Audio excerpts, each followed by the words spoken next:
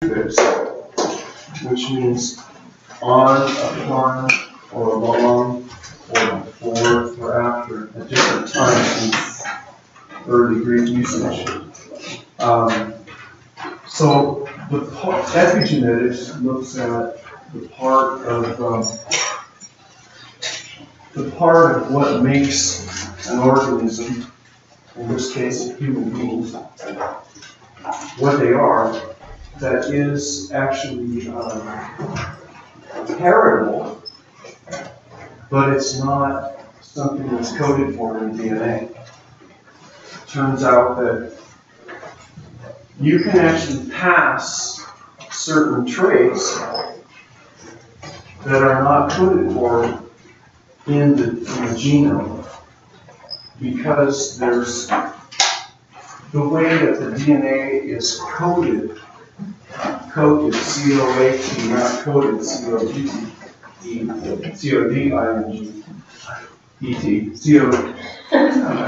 C-O-D-I-N-G, and C-O-A-T-I-N-G, we're going to code. You've got coating and you've got coding. The coding is what the base pairs are, how it's programmed. From not simply like Mendel and P plans. Usually it's not that simple. It is for some things, but very few things. It's usually very complicated inheritance. The coating is stuff that's really in the way of switches being able to be turned on and turned off.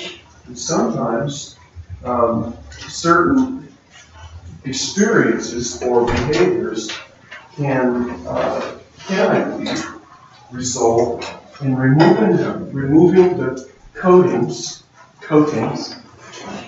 the stuff around the outside, sort of the sleeve molecules around the DNA, and results in turning things on and off, or keeping things that would be going to turn on from turning on, and they may never come on. So no matter what your inheritance, if you're a little baby and you're raised in a certain way, it greatly impacts exactly what you turn out to be. It turns out that there are some things even about your DNA and about the epigenetics that impact your DNA that might even impact your experience on the inside, your feelings, your moods. We like to think that it's huge. It's huge in terms of the epigenetic impact how parents raise a child. And it is.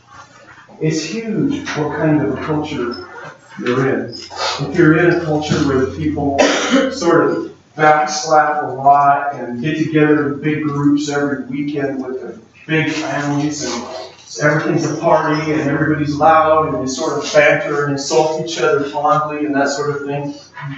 If you take somebody who's from a typical Swedish family and you expose them to that, they think that they're psychosis. They think they're nuts. And they're very uncomfortable. In many cases, it's a mismatch.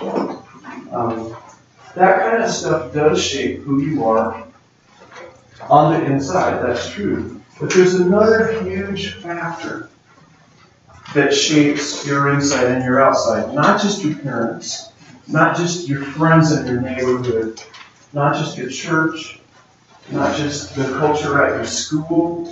And schools have different cultures, don't they? You go to a different college that's an undergrad college like PUC, you could get a bachelor's degree like you're probably most of you trying to get here.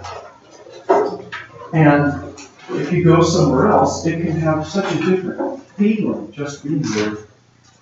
Some of it's the buildings, some of it's the traditions, some of it's how they do the housing arrangements, some of it's the rules, some of it's the majors, But there's a sort of culture from the founders of that school who started it, set it up a certain way, and kind of took care of it at first, and then things get passed along, like in organism.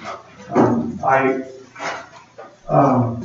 went to PhD for 5 years, from the time I was 16 until I was 21. And then when I was finished with PhD, I graduated and gone to pastor in Arizona. I went to different schools around Arizona where I pastored to keep studying. I went to Pima College, I went to Mojave College, and I went to Arizona State University. And the feeling on campus was like you weren't even actually, it could have been the difference between going to school or church or the store in terms of the feeling when you get there. It's like, okay, schools all feel like there's not a chance. It didn't feel like the same world. None of those schools felt like the same world themselves. But there's another huge factor, and we downplay this factor. Because even though we move past thinking that the only thing that matters is your programming, well, this is what I have to do. I mean, I'm just that kind of person. I inherited the gene for kleptomania, so I guess I chocolate. I inherited the gene for alcoholism, so of course I just can't stay away from alcohol. I inherited the gene for spirituality. Still, I'm very spiritual. I gravitate toward meditation and prayer and Bible study, going to church, that sort of thing, because that's just how I am. And by the way, there's notable brain structure differences and brain function differences that can be seen in imaging for people who are feeling and living very spiritually. It looks good in the brain. You can discern that in an fMRI. You can discern that in a PET scan. You can discern that with EEG. This is the factor I'm talking about, and it's the same thing we started to speak about before we had the test last Wednesday and last Monday. There's a whole other part of us besides our parents and our culture and our biology. It's the part inside. That part other people cannot see. And the only way to get to have access to it is if we share it with them. That's the part that it feels that we do not have any kind of choice about or any control over. But part of the reason it seems like we don't is because there's a strong culture saying that we don't for several generations before you and I were born. Well, a couple generations before I was born. But if you are in a culture that believes that you have control over that inside part, it seems more real to you that you do, and you set about doing that. From Matthew chapter 23, we have Jesus talking to the people during this time that were known to be religious. Not clergy people, not the priests, just the sort of the conservative religious people at his church. Woe to you, scribes and Pharisees, hypocrites! For you tithe mint, dill, and cumin, and have neglected the weightier matters of the law. Now, why do they say mint, dill, and cumin? It's like, well, they're farmers. Of course they tithe that. Those are weeds. Those are voluntary. Those are herbs that come up typically on their own in this context. You may cook them. You may cook with them and say you have it in your herb garden on your balcony by your kitchen door. But he's basically saying you even pay tithe to edible weeds. Making sure you don't miss out doing the letter of the law. This is verse 13. Verse 23. For you tithe mint, dill, and cumin, and have neglected the weightier matters of the law, justice, mercy, and faith. It is these you ought to have practiced without neglecting the others. You blind guides, you stray not a gnat, but swallow a camel. Again, that's referring to doing the less important things very carefully and letting the huge things go by with neglect. This is a reference to Leviticus 11, where it's instructed of the Jews that they not eat certain creatures. And there were some people who were so conservative and so orthodox that they literally would use a filter to make sure they weren't getting any little creatures that are too small to see that they eat that weren't clean meat. But it says you're busy doing that while you're having a feast on camel meat. You know, camels obviously are enormous and they're unclean. On the grounds that they don't have a double hoof and also chew their cud. Woe to you, scribes and Pharisees, hypocrites! For you clean the outside of the cup and of the plate, but inside they are full of greed and self-indulgence. Greed? Note that. They're full of greed and self-indulgence. You blind Pharisee, first clean the inside of the cup, so that the outside also may be clean. Woe to you, scribes and Pharisees, hypocrites! For you are like whitewashed tombs, which on the outside look beautiful, but inside they're full of the bones of the dead and all kinds of filth. So you also on the outside look righteous to others, but inside you are full of hypocrisy and lawlessness. So you look righteous to others, you Pharisees, but on the inside you're filthy. You have greed and self-indulgence on the inside. We actually are studying about something that has come to mean bringing some sort of congruence to what's inside and what's outside. The part that other people can see, and then the part that's on the inside.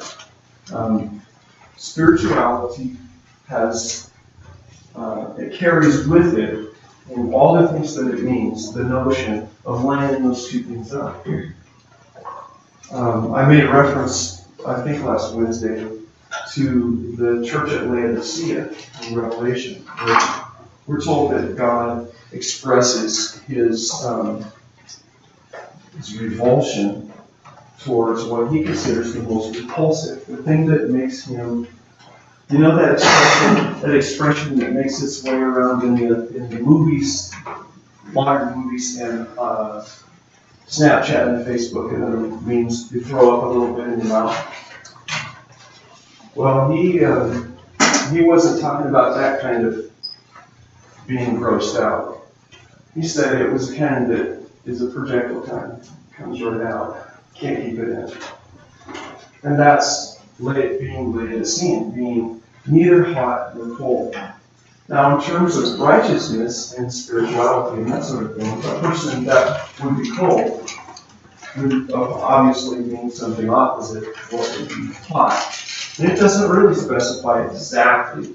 It gives some pretty strong hints, though. A person that is lukewarm, I think, is like these Pharisees. They are doing the best they can to have window dressing, to make a facade, but it's just like what you present out on the curb. Good curb appeal, but you open the door and then you're looking at the backyard. There's nothing there. There's nothing to make good on what it looks like when people see it on the outside. And there's a lot of people like that. As a pastor, I have been privy to a lot of my colleagues over the years, not the majority, but an unfortunate number of my colleagues that speak openly among each other, like when the pastors are together, about how they act and how they and their families act in front of the church members, and then how they act when they get away and they're free to be themselves. And that I consider that to be very unfortunate. Number one, if they're having struggles, sometimes those struggles might be the kind that mean this isn't a good year for them to be actively in ministry. They're not at a place where that's best. Two, if they're at a place where their struggles are pretty much like everybody that's coming to church, then they could be more transparent about some of those struggles so that they can be partnered with their congregation, with their community, in trying to work out what works best to get through those struggles. The notion, though, of being cold, the Pharisees weren't cold. The Pharisees were, I think, lukewarm, because they were pretending to be hot and they were cold on the inside. There's people that you know, though, that don't make any pretense. They're straight up about it. They're selfish, they're self-indulgent, and they're going to be the first to tell you. They're going to let you know straight up. You ask them, what do you believe? I believe that I'm going to have a good time, and if I can get mine before anyone else, I'm going to get it. And if there's anything still there on the table that people haven't gotten that's there, I'm going to take that too. And I'm going to have a great time, and I'm going to live large, and I'm going to try to make a big footprint as I go through life. You know, I've got a big ego, and I'm going to stroke it, and I'm going to look for other people to stroke it. And I'm going to try to be ridiculously wealthy and powerful. And if someone gets in my way, they'll tell you. And then you watch them and you say, oh, sure enough, I had the plain, honest truth come out of that person's mouth. That's what's cold. And God says to us through that prophetic revelation, that's one thing, but that's not the thing that really grosses me out. What really grosses me out is when somebody is like that, but then they say they're not. And they go through and affiliate with all these ideas of being so kind and generous. And they're like, it's like baiting the hook. So you try to hide the hook. You use fake goodness so you can hurt people. Rather than just saying, I'm going to hurt you, but it's down on me. Did I? I kind of respect that. I don't go that way, but I can respect that. And I can also respect someone who's trying to make themselves congruent. What's on the inside and what's on the outside, that say, I'm really trying to be what makes other people feel valued and have courage and feel love and safety. I'm trying to do that. That's the goal of my life. And then they do that, and they think it, and they try, and they do it, and they think it, and they try.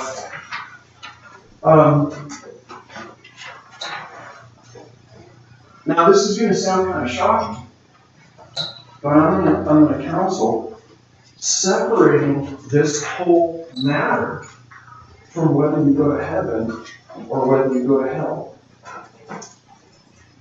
I do not believe that you can help yourself get into heaven instead of getting into hell by trying to be the best person you can on the inside and outside.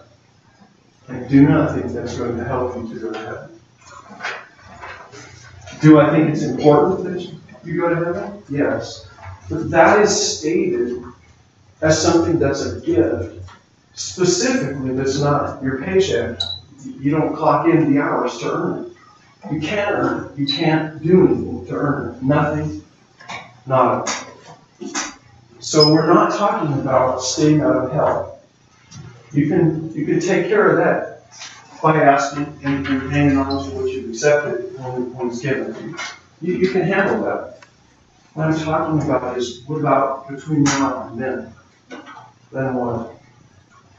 I'm talking about What can actually bring you joy in this life instead of constant anxiety? What can make it so you can feel like you're actually free, 100% free, no matter what is ever done to you, whatever you're allowed or not allowed to do, even the mistakes that you make, you can still feel 100% free. You can feel joy all the way to the core.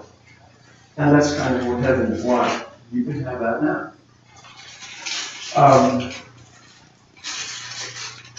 We started talking on Monday and Wednesday about right action of the will. I mentioned there's some practices that some Christians and other religious groups have come up with to help exercise, like going to the gym for your willpower. There may be a few people here who could not identify with the statement.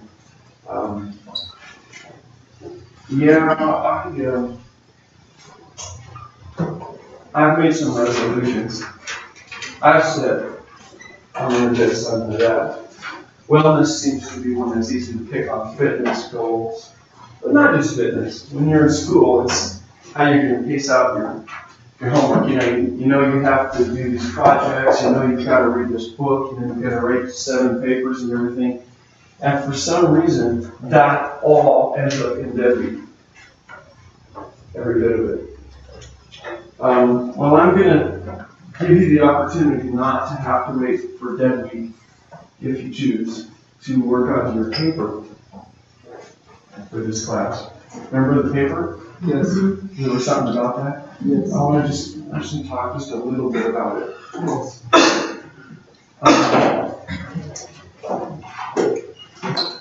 It's really simple. I don't want to see something that's done in purple and orange crayon on the back of the paper plate or anything like that, or scrolled out the day before you turn it in on a napkin from Denny's in the middle of the night. And it's something to put some time into. I'd like you to write a paper that is a brainstorm. You know you. We've been talking about all kinds of things, and we're going to keep talking with them. I don't want you to write the paper tonight. You can start on the thing. We're far enough along. The reason that I wait to give a description even is that there's some people who are the opposite of wait till the last minute. There are people who go through not just life, but school, just checking things off the list. They're doers, but it's an action. And they just go through the motions. There's things we've talked about that we wouldn't have talked about if you looked at it first and I wanted it to impact the thing and not get 3 or 4 of you to get it crossed off your list and put in your file the second week of school. So we've gone far enough that starting to work on it would make sense. How long do you want the paper to be? I don't know. How long do you want to live? How long do you want to live? Whatever. There you go. Good answer. Good answer. As far as what it is, brainstorm is you're brainstorming about a plan for your spiritual journey. A program, your own program.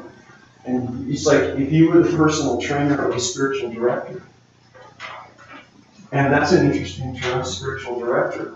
In your plan, consider whether it would be best that you get somebody to mentor you in that plan, or a succession of people, or different people for different aspects. Should you be going to somebody and saying, like, say, your best friend or your closest spiritual friend, can we have a buddy system here? Hold me accountable.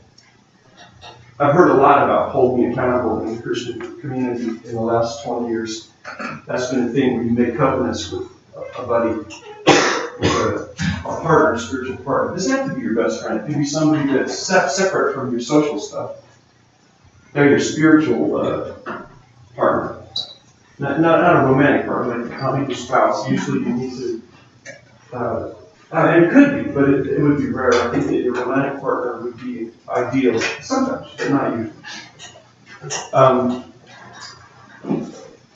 I can remember going to one youth specialist convention while I was youth pastor, and a speaker got up to the main assembly meeting. I think he was a Baptist pastor of some sort, and he had gone to a Baptist clergy conference, and was staying. It was at a hotel conference center, and his conference, or whatever they call it, convention, was sending me to this seminar thing, and the whole hotel was just full of everybody. He came with his pastoral staff, and he was one of the associates because he was a youth pastor, and he was there with his whole pastoral staff and everybody. He goes back to the hotel room, and he gets the remote. He sits on the edge of the bed. And he looks at the little advertising things for different channels that are sort of on a sticker on the remote. This guy with a wife and kids at home, so he does subscribe to all the channels on cable. So he was just a little curious about, those kind of channels that you can get in a hotel. So he turns it on. And there's a channel where you have to pay like $6.50 or $12 or $3 or whatever it is, where you can watch things that you don't want to see for children. They're probably generally, if you're a Baptist pastor, they're probably generally you're not going to do that in front of your kids. So he puts it down and he sits there and he's watching what it looks like. He got in the middle of some way out there porno flick. He's watching it for a few minutes, and then it dawns on him, wait a minute, I didn't give my credit card to pay for this room.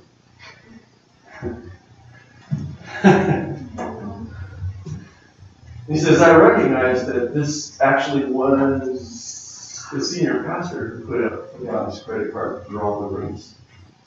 That means they're not even going to give him the bill.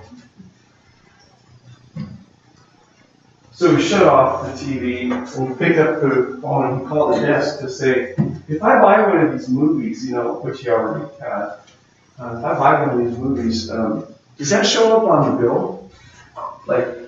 And it tells what it was. And they said, yeah, it tells what it was. It tells what you bought, what channel and what movie it is. And he hanged up the phone and he said, oh man, I'm in trouble. So he said it was just a big, he didn't know. So he picked up the phone, he didn't call the senior pastor first, he called the person that was his spiritual partner, his person he had covenanted with to help him get through things that had any spiritual dimensions to them, even how to make decisions at work or with his family. And he said, honestly, and he was a Baptist pastor's kid and a Baptist pastor's grandkid, and the way he described it, sitting on the edge of the bed before he made that call to his spiritual partner, he said, I would have killed myself. Probably I would have just, there was no way out of it. It was just over for me. Because stuff that was on the inside was now coming to the outside. And if you didn't have somebody, he could sort of standing on the edge of the bridge, metaphorically, trying to decide whether to jump or not. He called his spiritual partner, and it saved his life. So that's an extreme example, and that's very mundane. It might be just as valuable in the long run. The number of times you call and say, "What do you think about this book?" Or I'm thinking I'd like to explore this area.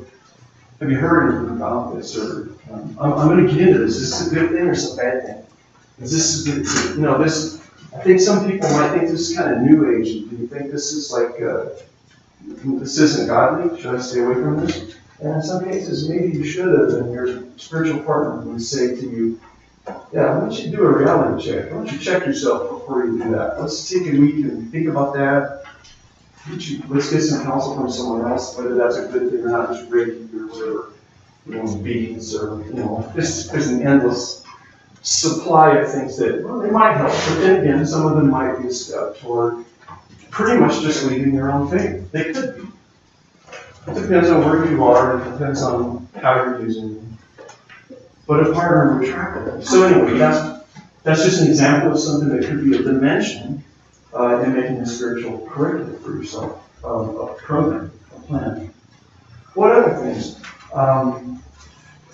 Would you read books? Or does that leave you cold? Would you look on audible.com and find books that you could listen to in your Bluetooth when you're running? Will you meditate? What role will approaching deliberately or not approaching any kind of church involvement play in this? If you kind of haven't been doing the church thing, would it be better for you to? Or if you have been doing it, has the way you've been doing it been beyond improvement? Is there any way you could do things inside and outside that would be different? I mean, just for example, do you go to church and find yourself between the back door and your seat? Do you have an experience that would overlap a little with the fashion show?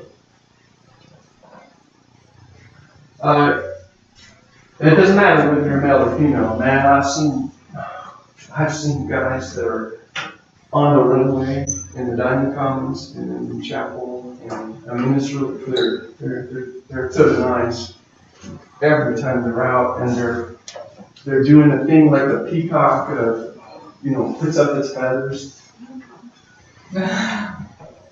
Check me out. I'm breeding stock. I'm ready. That kind of stuff. It's the fact that we are inherently reproductive is not evil. But can it get in the way and block out the light from shining on certain parts that are really important in your insides? Can it?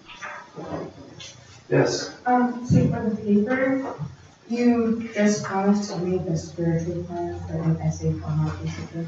Yes, I do. I'd like you to make a spiritual plan in essay format. And when I say essay format, I would be suspicious of a spiritual plan's reality if it seemed like what you turn in for English 101 or for senior composition in high school academy. I actually doubt that a person's spiritual life is very similar to the shape of introductory paragraph wherein you tell the 3 points that you're going to tell. Then you tell about point 1 in one section, and then you tell about point 2 in the next section, you tell about point 3 in the next section, and then in the conclusion, you say what you said in those 3, and then you leave the reader something to think about. That's a good exercise. But here's a hot tip. Those are training wheels essays. Very, very few sincere writers get very far into their career and become wonderful, epic writers without sometime getting a wrench and taking the training wheels off the body and writing with soul. This isn't a lower division class, is it? What is the number in this class? It's 300. This is a 300 class, it's an upper division class. So we can. It's 235? Oh, it's almost up.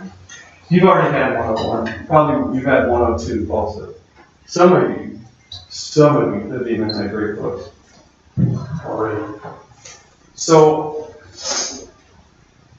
it would be more impressive. Yes, it would be more impressive if it wasn't designed to be impressive. If it really smacked of, I'm making a plan here that I can actually do. And I'm going to tell you right now, I'm knocking all the way over on your left toward the cold end. If it is the honest truth that what you're saying is, look, I'm flat out going to be a hedonist. I'm just trying to have a good time. I want to play my way through this life, and I want more choice when I go. Then talk about what your insights can do to support that and how that fits your values and how you can do that with some sort of deliberateness. Or if you believe that things should not be deliberate, tell me why that is and describe for me what the spiritual ramifications are of that. Fair enough? You don't have to, I don't want you to lie though. I don't want you to say, let's see, it seems like he's the kind of dude that's like, here, I'm going to write to that. Forget that. Write to what you honestly are. I'm not going to share the essays with anybody. Okay? You're going to submit the essays online. We're going to make it things so that you can turn it in as an attachment in a assignment online. And I'm the only person that's going to do it. And I'm not looking for you to try to play a spiritual teacher's pet. What's it say in the thing? Let's check. Let's see here. Term paper due on the 29th of, the 9th of December. So it's the last class period. Now, it's due before you come in this room and the class starts, the last day. It's not due at the end of the day, it's due before that. Can you want like a rough draft? I don't want a rough draft. If you want to write a rough draft, that helps you in the writing process, that's fine, but I don't want it. I don't want a hard copy. I want you to save a treat. Does that say it has to be an hour format? I would, if you want to follow a style sheet, I would follow APA. I think there's probably most of PVC follows APA, am I right? Some go one way, they just don't take a position. Okay, well I'll say APA because theologians, when I was trained, used Kate Turabian's sixth, and you don't know Turabian, it's a variant of the Chicago style sheet. We won't do that. I wrote as an undergrad everything in MLA here at UC, but I've been doing APA as a psychologist, so we'll go with APA. You also have APA's located where we can't speak in first person, so. Yes, you can, But. but I'm giving you permission. Oh, okay. Actually, APA, after undergraduate, every institution will give you their exception style sheet. My exception style sheet is you may speak in first person.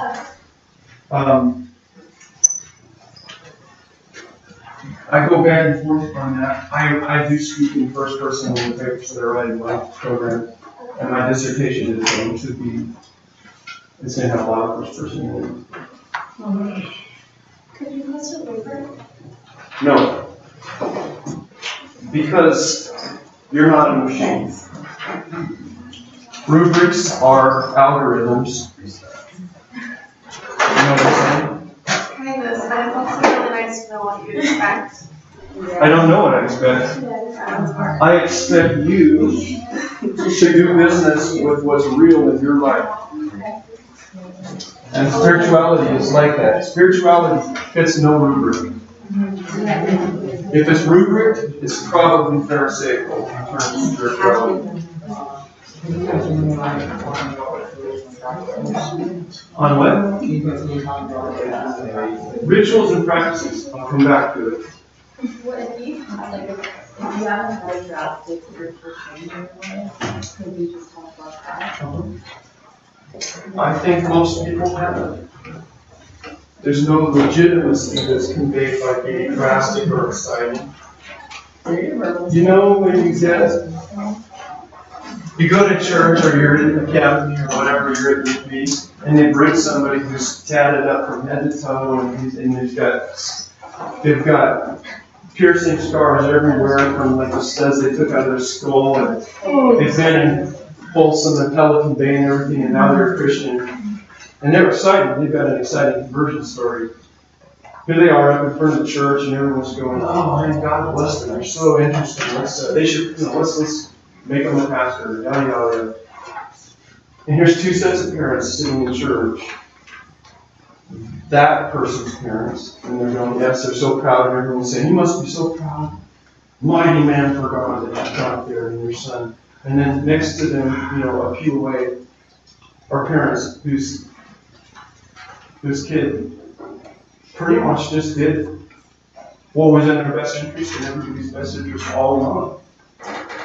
Went through college without screwing around, never got arrested. Just always been to church every week, working as an usher, helping to collect the offering now that they're in their early 30s and they're a deacon and everything. It's like the older brother in the prodigal son story. The older brother has a legitimate spirituality. Since it's like a plan, does that mean it has to be future? Your past can be part of it. It should, if it's a plan though, it should involve right now.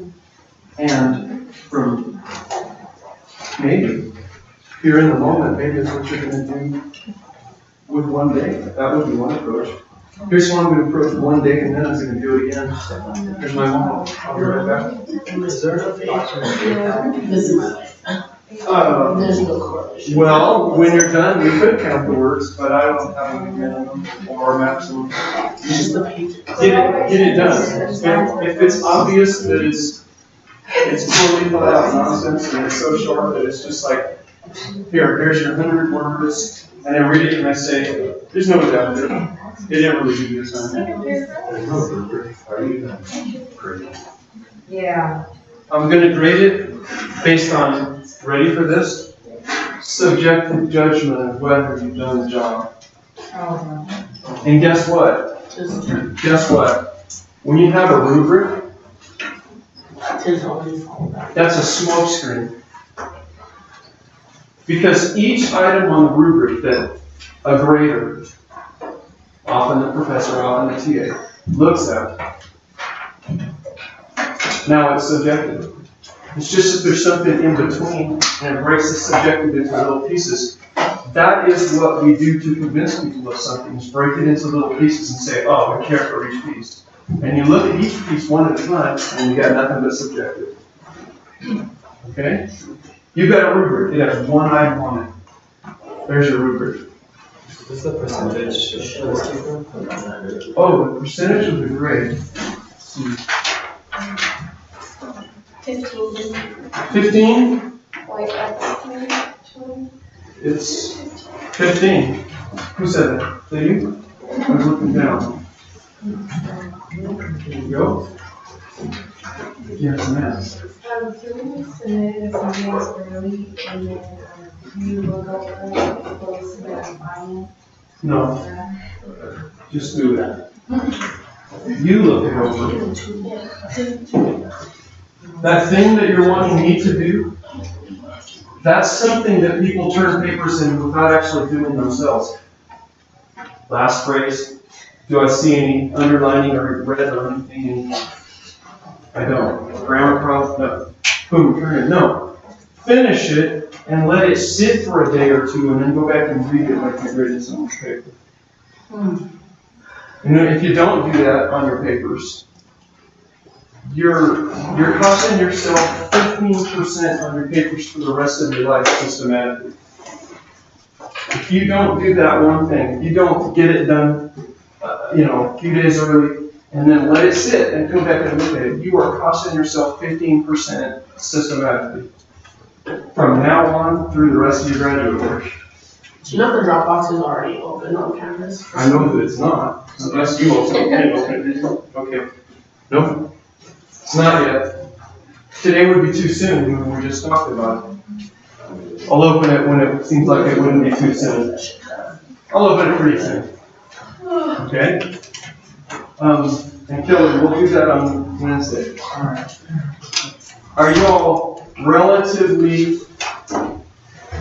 a little bit comfortable with the idea of writing this paper yet? Yeah. Okay. Yes, ma'am. For Friday, are we having class, or is it like, can we have, days to work on our paper? We are having a full-on regular class on Friday. And I will be here with my special new Thanksgiving tie. Nobody robs me of my day to wear my Thanksgiving tie. We will be meeting as usual. Are you having a lot of classes and you're just canceling classes every day? Well, I have good news. We get out at 10 o'clock. Or 10 till 10. And we have few enough times together. So I would like us to be together, just like normal. Okay? We get a whole week. What test are we gonna Well, Are we gonna get our test after break? You want to hear from tomorrow, right? you get them by Friday? Oh, no. Most likely Wednesday.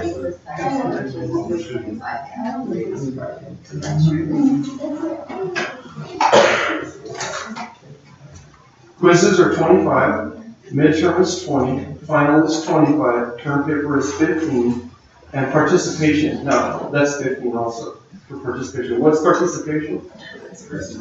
Personal. You heard that? Okay. Basic one. You said it. You see, spirituality is about having the inside and the outside become congruent. On Wednesday, we will talk more about specific practices. I see your hand. I won't forget it. Go ahead. Do you have it? No, okay. I will, as Kelly's asking, get to more specific practices, but on Wednesday, I'm gonna ask if you would like an opportunity, and I'll go to the board and we'll talk about it, to look at, we have very little time left. And I'd like to look at the specifics that would be the most helpful to you. Maybe the ones I feel like would be, or put down on my class schedule. I'm trying to guess what would be most helpful to you, but I'd rather hear from you if you want to say, please talk about this, I don't want to get too discussed about talking about that. Okay? So you'll be able to give your input into how we proceed from here. Okay?